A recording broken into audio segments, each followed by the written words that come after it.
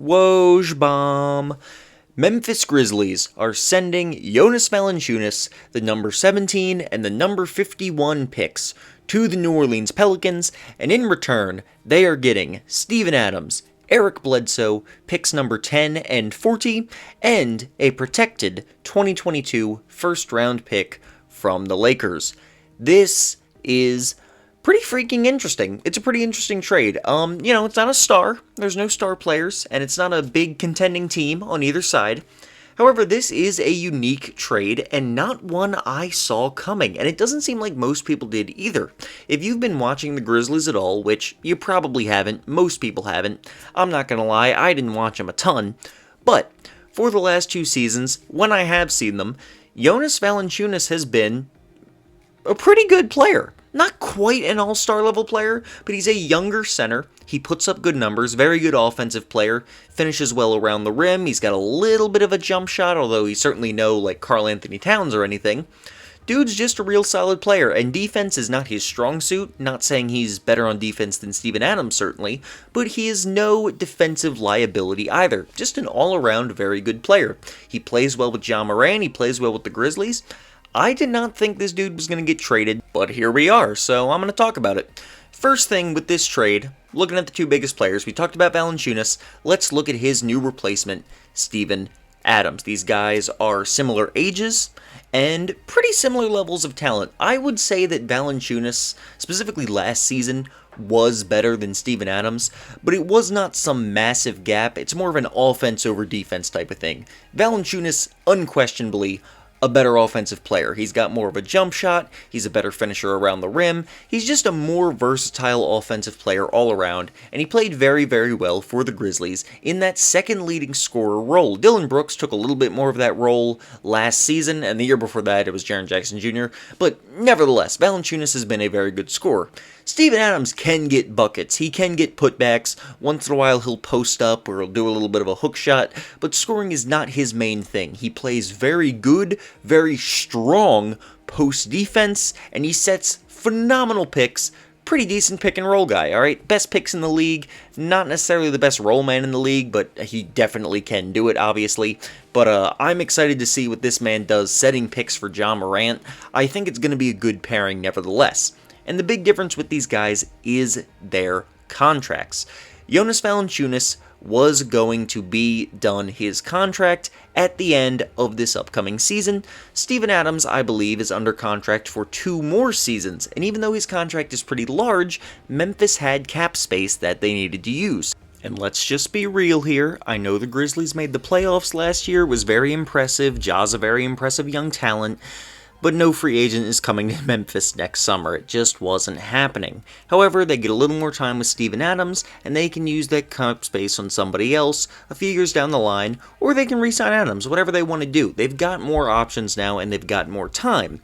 If they kept Valanciunas, they were going to have to pay him, and as good as he is, he's probably going to be offered somewhere up in the range of $20 million or more. I mean, the dude's been playing very well, and he might play even better next season.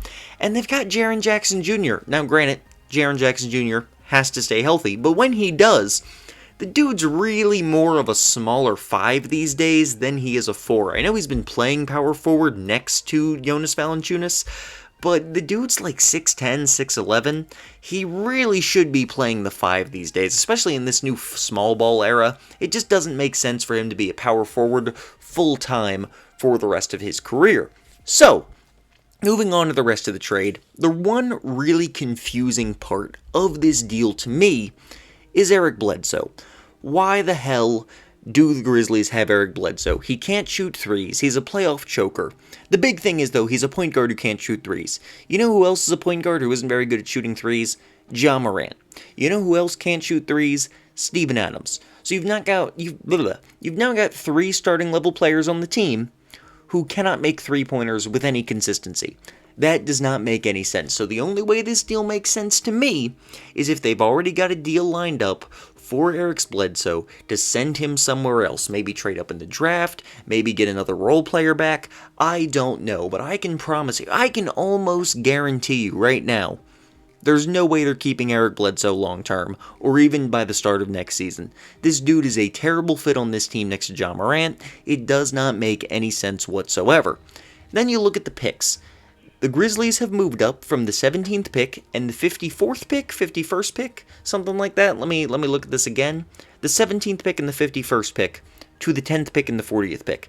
That is a pretty significant upgrade at both spots, and this is supposed to be a pretty good draft. So getting the 10th overall pick on this young team that is still building, I know they made the playoffs, but they are still building up their roster. This is a pretty good deal. This is a very good deal. So assuming they are able to trade Eric Bledsoe, which I'd be shocked if they don't, then I think Memphis won this trade. Yeah, Valanciunas, he's a very good player for the Pelicans, but that's a team that has been struggling on defense, and I think as good as he is on offense, you've already got Brandon Ingram and Zion Williamson. How much offense do you really need? You really need defense on that team. So I believe that as long as Memphis is able to trade Bledsoe for anyone remotely useful, this was a phenomenal deal for them. This could end up being a good deal for the Pelicans. Maybe Valanciunas really does become that all-star level big man, and he fits really well with Zion. I don't know. Maybe he's better on defense than I'm giving him credit for. But right now, I think this was a great trade for Memphis, assuming they trade Bledsoe. That's a big caveat there. If they don't, then this trade doesn't really make sense for either side. And then for the Pelicans, I mean, I guess they wanted to get off the Steven Adams contract, had to get rid of Bledsoe, but it doesn't look great for the team because they're just kind of going through, dude. They just traded for Bledsoe. They just signed Steven Adams to a long-term contract. I just don't know what they're doing, and I don't think that team knows what they're doing either. So it doesn't make sense for the Pelican side in my mind, but good move. Good move by the Grizzlies and a good way to start the offseason.